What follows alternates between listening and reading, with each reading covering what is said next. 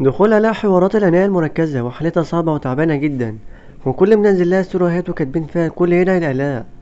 ومحمد رزق أخو آلاء بقاله فترة مش بينزل حاجة، والنهاردة ينزل ستوري وكتب فيها: يا رب الفرحة تكمل على خير وما اشوفش حاجة وحشة تحصل. صلوا على النبي وكل اللي بيحبنا يدعي لآلاء كتير، ربنا يقوم بالسلامة وتبقى بخير. ومحمد حوارات كمان نزل ستوري وكتب فيها: يا رب ملناش غيرك، هي ليه الدنيا بنت كلب كده بتحب تكسر فرحتنا؟ ادعوا لآلاء يا جماعة، أنا خايف عليها أوي. وزمان دلوقتي الحالة النفسية بتاعت ثلاث حوارات سيئة جدا، بعد ما كانوا طايرين من الفرحة وكانوا منزلين استوريات كتير للبنت لحد ما اتحسدت. لكن في الأول وفي الآخر ده محتوى عيلة حوارات، إن هما بيشاركوا متابعينهم يومياتهم، مش بيخبوا عنهم أي حاجة، وبيحبوا يفرحوا جمهورهم معاهم.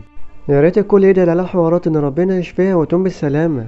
وخلاص فاضل يومين ويعملوا الفيديو بتاع الأسبوع، إن شاء الله وقتها تكون على قامت بالسلامة. وبكده نكون وصلنا لنهاية الفيديو. ما تنساش تشترك في القناة وتفعل زر الجرس وتعمل لايك للفيديو ليصلك كل جديد. والسلام عليكم ورحمة الله وبركاته.